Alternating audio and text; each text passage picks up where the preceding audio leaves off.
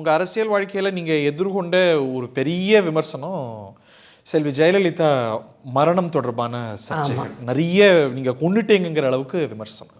ஆணிக்கட்டையால் அடிச்சிட்டீங்க, காலை எடுத்துட்டீங்க, இப்படி தினுசாக வந்தது. அது இன்னமும் கூட அதோட ரெவர்பரேஷன்ஸ் இங்கேயும் அங்கேயும் நம்ம பார்க்குறோம். அதை பற்றி நீங்கள் தெளிவுபடுத்த விரும்புகிற விஷயங்கள் உண்டா? அதாவது கிட்டத்தட்ட 75 நாட்கள் அவங்க வந்து அங்கே இருந்தது. இந்த சமயத்தில் ஒர்க் பண்ண அம்மாவுக்கு ட்ரீட்மெண்ட்டு கொடுத்த டாக்டர்ஸு, நர்ஸுங்க இரவு பகல் வந்து பேசிகிட்டு இருப்பாங்க. அவங்களுடைய மனது எப்படி இருக்குன்னு தான் நான் நினச்சேன். உடனே இது மாதிரி வர ஆரம்பித்தா நான் என்னை பற்றி கூட நினைக்கல. அவங்கெல்லாம் எவ்வளவு கஷ்டப்பட்டுருக்காங்க, அவங்கள பற்றி என்ன நினப்பாங்க, அவங்கெல்லாம் எவ்வளோ ஃபீல் பண்ணுவாங்க. எல்லோரும் சக்ஸஸ் பண்ணணுன்னு தானே நினச்சி தானே ட்ரீட்மெண்ட் எடுக்கிறாங்க. அப்படிங்கிறத நினச்சி ரொம்ப வருத்தப்பட்டேன். அடுத்தது நான் சொல்கிறது, அம்மாவுக்கு வந்து சிங்கப்பூர்லேருந்து 2 பேர் வந்திருந்தாங்க இதுக்கு ஃபிசியோவுக்கு. அவங்கெல்லாம் டெய்லி காலைல வந்து மத்தியானம் இருப்பாங்க, திரும்ப 2 ஹவர்ஸ்க்கு அப்புறம் திருப்பி வருவாங்க, ஈவினிங் வரைக்கும் இருப்பாங்க. அவங்கள்ட்டெல்லாம் அம்மா நல்லா பழகுனாங்க. டாக்டர் பேல் வந்தார், அவரும் வந்தார். சிங்கப்பூர்லேருந்து 2 லேடிஸ் தனியாக வந்தாங்க. ஆமாம், அங்கேருந்து வந்திருந்தாங்க. அவங்கெல்லாம் ரொம்ப பிரியமாக இருந்தாங்க. யாருமே இது நினைக்கல. எய்ம்ஸ்லேருந்து வந்த டாக்டர்ஸு என்னை கூப்பிட்டு 9 பேர் உட்காந்து என்கிட்ட பேசுகிறாங்க. நாங்கள் ஏன்னா அம்மாவை வீட்டுக்கு அழைச்சிட்டு போகிறதுக்கு டேட்லாம் பார்த்துட்டோம். அவங்க சொன்னாங்க, நீங்கள் தான் வீட்டில் டாக்டர் மாதிரி இருக்கணும், உங்களுக்கு கரெக்ட் டயத்துக்கு சாப்பாடு கொடுக்கணும், இதெல்லாம் பண்ணணும். ஒரு 2 மந்த்ஸுக்கு மட்டும் ரொம்ப தூசி ஏசி படாமல் பார்த்துக்கணும், வேறு ஒன்றும் இல்லை, மற்றபடி ஆல்ரைட் நல்லா இருக்காங்க. அதனால் நீங்கள் வீட்டுக்கு மேலே டெரஸில் ஈவினிங்கில் ஒரு 1 ஹவர்னாலும் உட்காந்துருக்கணும். நாங்கள் நீங்கள் பார்த்தீங்கன்னா தெரியும், முன்ன இல்லை. நான் அங்கே ஹாஸ்பிட்டல்லேருந்து வந்து அங்கே ஒரு சியாமியானா மாதிரி ஒன்று ஃபிக்ஸ் பண்ணியிருக்கேன் பாருங்கள். நீங்கள் போகும்போது பார்த்தா கூட தெரியும். அது அம்மாவுக்காக தான் பண்ணேன். அது இருக்கட்டும், அங்கே வந்து ஒரு 2 ஹவர்ஸ் உட்காந்துருக்கட்டும், ஓப்பன் ஏர் வரணும் அப்படின்னு சொன்னாங்க. இதெல்லாம் நாங்கள் கேட்டுக்கிட்டு இருக்கோம். அதாவது வந்து இந்த அளவுக்கு அரசியலில் சொல்லுவாங்க அப்படிங்கிறத நான் அப்புறம்தான் புரிஞ்சுக்கிட்டேன். இந்த அளவுக்கு மோசமாக தமிழ்நாடு அரசியல் போகும்னு நான் நினைக்கல. அவங்க ஒரு இமேஜ் கான்ஷியஸ் பர்சன், நான் அதை கம்ப்ளீட்டாக உணர்றேன். ஆனால் ஒரு டிரான்ஸ்பரன்சி அவங்களோட ஒத்துழைப்போடு இருந்திருந்தா இது பெட்டராக இருந்திருக்குமா? ஏன்னா இன்றைக்கி சிஎம் ஹாஸ்பிட்டல் போகிறாருன்னா விஷுவல்ஸ் அங்கேருந்தே வரதை பார்த்தோம். அது போன்ற விஷுவல்ஸ் வந்திருப்பது அது இந்த பிரச்சனைக்கெல்லாம் அம்மாவில் லைக் பண்ண மாட்டாங்க. அதுக்கான கோரிக்கை வைக்கப்பட்டதா? வைக்கப்பட்டது. ஒன்றும் இல்லை, நம்ம இது காவிரி பிரச்சனைக்காக மீட்டிங் எடுத்தாங்க. 2-3 ஆஃபீஸர்ஸ் வந்திருந்தாங்க. அப்போ கூட நான் வந்து ப்ரெஸ்ஸை கூப்பிட்டு ஃபோட்டோ எடுத்துகிட்டு இதை ரிலீஸ் பண்ணலாமேன்னு முதல்ல ஓன்னு சொன்னாங்க. இப்படி போய் ப்ரெஸ்ஸு கேமராமேனை கூப்பிட்றதுக்குள்ளே வேணாம் வேணாம் வேணாம், நான் கவுன் போட்டிருக்கேன், வேணாம் வேணாம் அப்படின்ட்டாங்க. என்ன பண்ண முடியும்? பட் நடுவில் கூட விமர்சனம் வந்தது, அதெல்லாம் அவங்க கவனத்துக்கும் போயிருக்கும். ஏன் அவங்க டிவி பார்த்துக்கிட்டு தானே இருக்காங்க. வர்ற விஷயங்கள் வர்ற எல்லாமே டிவி கொண்டாந்து வச்சு டிவி பார்த்துக்கிட்டு தானே இருந்தாங்க டெய்லி. அந்த ஒரு விஷுவல் வந்தது ஆர்கே நகர் எலெக்ஷனில், அது எப்படி அவங்க விரும்பி எடுத்ததா இருந்தது? அது வந்து சின்ன அந்த வீக்கம்ல அது வச்சுருந்தேன். அந்த லேடிஸ்லாம் வந்து ஊருக்கு கிளம்புறாங்க சிங்கப்பூருக்கு. அப்போ போகிறதுக்கு முன்ன ஒவ்வொரு எக்ஸசைஸும் அவங்க செஞ்சு காமிச்சு, நான் அவங்கள வந்து வீடியோ எடுத்து வச்சிட்டோன்னாக்க ஏதாவது எங்களுக்கு மறந்துருச்சுன்னா இதை போட்டு பார்த்துட்டோன்னாக்க அதை விடாமல் அக்காவுக்கு செய்ய வைக்கலாம். ஃபிசியோக்காக வந்தது, ஃபிசியோக்காக தான். அதை நான் தான் கேட்டேன் அவங்கக்கிட்ட, நான் இது எடுத்துக்கலாமா அப்படின்னு கேட்டு, தாராளமாக எடுத்துங்கன்னு சொன்னாங்க. அதனால நான் வீட்டிலேருந்து கொண்டு வர சொல்லி எடுத்தோம். அப்போ வந்து அம்மாவுக்கு வந்து அவங்க கூல்ட்ரிங்க்லாம் சாப்பிடல. கூல்ட்ரிங்க்லாம் கொடுக்க முடியாது.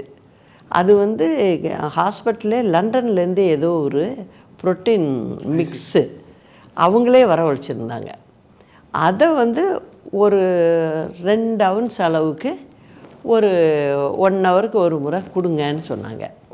அதனால அதை நான் போட்டு ஸ்ட்ரா போட்டு கொடுத்தேன், வேறு ஒன்றும் இல்லை.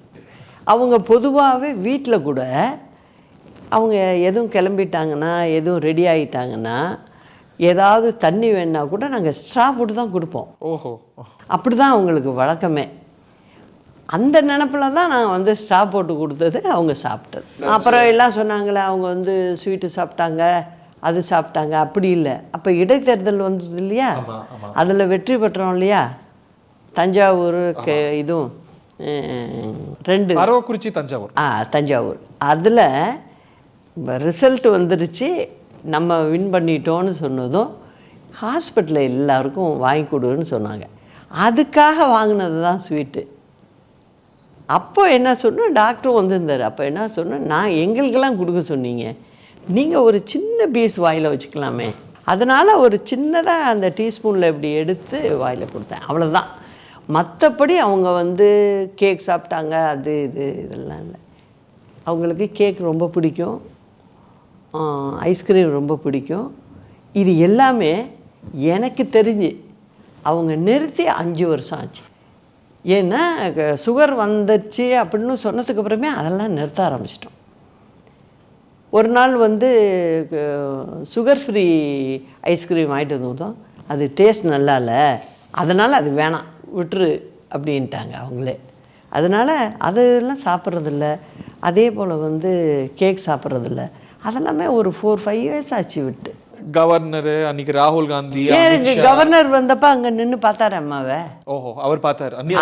அவர் மட்டும் அந்த சைடில் அந்த கிளாஸ் இருக்குல்ல, நாங்கள் ஸ்க்ரீனை எடுத்துட்டோம். அப்போ அம்மா இப்படின்னாங்க, தம்ஸ் அப் காட்டினாங்க. அவரும் காட்டினாரு, பார்த்தாங்க. மற்றபடி ராகுல் காந்தி வந்தப்பையோ இவங்க மினிஸ்டர்ஸ் வந்தப்போலாம் பார்க்கல. எல்லோரும் அங்கே வந்து விசாரிச்சுட்டு போனாங்க. அதே போல் எங்கள் வீட்டில் கூட பார்த்திங்கன்னா, இப்போ அவங்க ரூமில் வந்து ஒரு லைட் வந்து பல்பு போயிருக்குன்னு வச்சுங்க, நம்ம டக்குன்னு கூப்பிட்டு பண்ண முடியாது. அவங்க ஆஃபீஸ் போன பிறப்பு தான் நான் கூப்பிட்டு, அவங்க இருக்கும்போது அது நீங்கள் எங்கள் வீட்டில் வேலை செஞ்சவங்கள்ட்ட கேட்டாலே சொல்லுவாங்க. அதே மாதிரி ஏசியில் ஒரு சின்ன ப்ராப்ளம்னு வச்சுங்க, உடனே ஏசி பார்க்குற பையனை கூப்பிட்டு பார்க்க சொல்ல முடியாது. அவங்க இல்லாத நேரத்தில் தான் பார்க்கணும். அதே போல் யாரையும் அங்கே கூப்பிட்டு பேச மாட்டாங்க. அவங்க இருக்கிற ரூமில், ஆஃபீஸ், வீட்டில் அவங்க இடத்துல கூப்பிட்டு யார்கிட்டையும் பேசுனதில்லை. எதுவாக இருந்தாலும் இன்டர்காமில் தான் பேசுவாங்க. வீட்டில் உள்ள பர்சங்ககிட்டே அப்படி தான் பேசுவாங்க. அவங்க ஹோப்ஃபுல்லாக இருந்தாங்களா, நம்ம சரியாகி மீண்டு? நல்லாவே ஆயிட்டாங்களே, நல்லா ஆயிட்டாங்க ஹரி. ஓஹோ. அதெல்லாம் நாங்கள் வீட்டுக்கு வர்ற ஐடியாவில் தானே இருந்தோம்.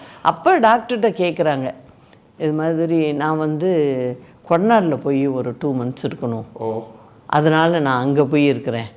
அவங்க சொன்னாங்க இல்லையா டஸ்ட்டு ஃப்ரீன்னு, அதை வச்சு கேட்டாங்க. அதுக்கு அவர் என்ன சொன்னார், இல்லைம்மா அது லங்குக்கு பிரச்சனை வரலாம், ஏன்னா அங்கே வந்து வேறையாக இருக்கும், வேணாம், நாங்கள் உங்களை இங்கே வந்து ஒரு 1 monthக்கு வந்து ஈவினிங் வந்து பார்த்துட்டு வரோம், செக் பண்ணிட்டு வரோம், ஒரு 2 monthsக்கு அப்புறம் வேணால் நீங்கள் போயிருங்க. என்ன வீட்டுக்கு போய் அதுக்கப்புறம் தான் அவங்க சரின்னாங்க. ஓஹோ. அப்போ சொன்னாங்க, இந்த மாதிரி டீ வரவழைச்சி டாக்டர்ஸ்க்கெல்லாம் கொடு, நம்ம டீன்னு கொடுத்தோம். ஏதோ ஒரு புக்கை பற்றி கூட பேசினார் அம்மாட்ட டிஸ்கஸ் பண்ணும்போது, டாக்டர் நரசிம்மன் பேசினார் அங்கே இருந்தவர். அப்போ இது கூட நான் பார்க்கணும், அந்த புக்கு நான் இன்னும் படிக்கணும் அப்படின்னு. பிரைவேட் லைஃப் ஆஃப் மாவோவா ஏதோ ஒரு புக்கு சொன்னாங்க, அதுதான் ரிப்போர்ட் ஆச்சு. அவர்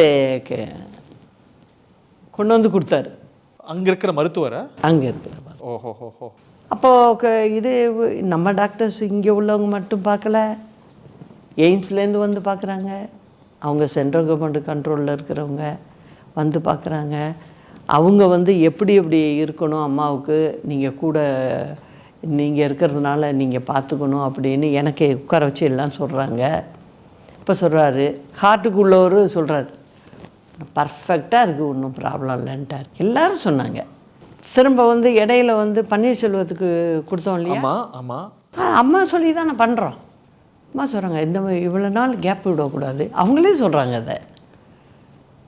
அதனால் டைமிங் அவர் பார்க்கட்டும் அப்படின்னு சொல்லி டிபார்ட்மெண்ட்டு இதை பார்க்க சொன்னாங்க. அப்போ டெல்லியிலேருந்து சொல்கிறாங்க, அதாவது ஒரு குறிப்பிட்ட இது சொல்கிறாங்க, நம்ம காங்கிரஸ் எம்பிஸ்லாம் தர்ணா பண்ணிகிட்டு இருந்தாங்க அப்போது. ஆமாம், அங்கே டிமானிட்டைசேஷன் கரெக்டாக தர்ணா பண்ணிகிட்டு இருந்தாங்க. அந்த டைமில் நம்ம எம்பிக்களும் அவங்களோட உட்காந்துருக்காங்க. அதில் நம்ம ஆட்களும் நவநீத கிருஷ்ணன் இவங்கெல்லாம் எல்லாரும் உட்காந்துருந்தாங்க.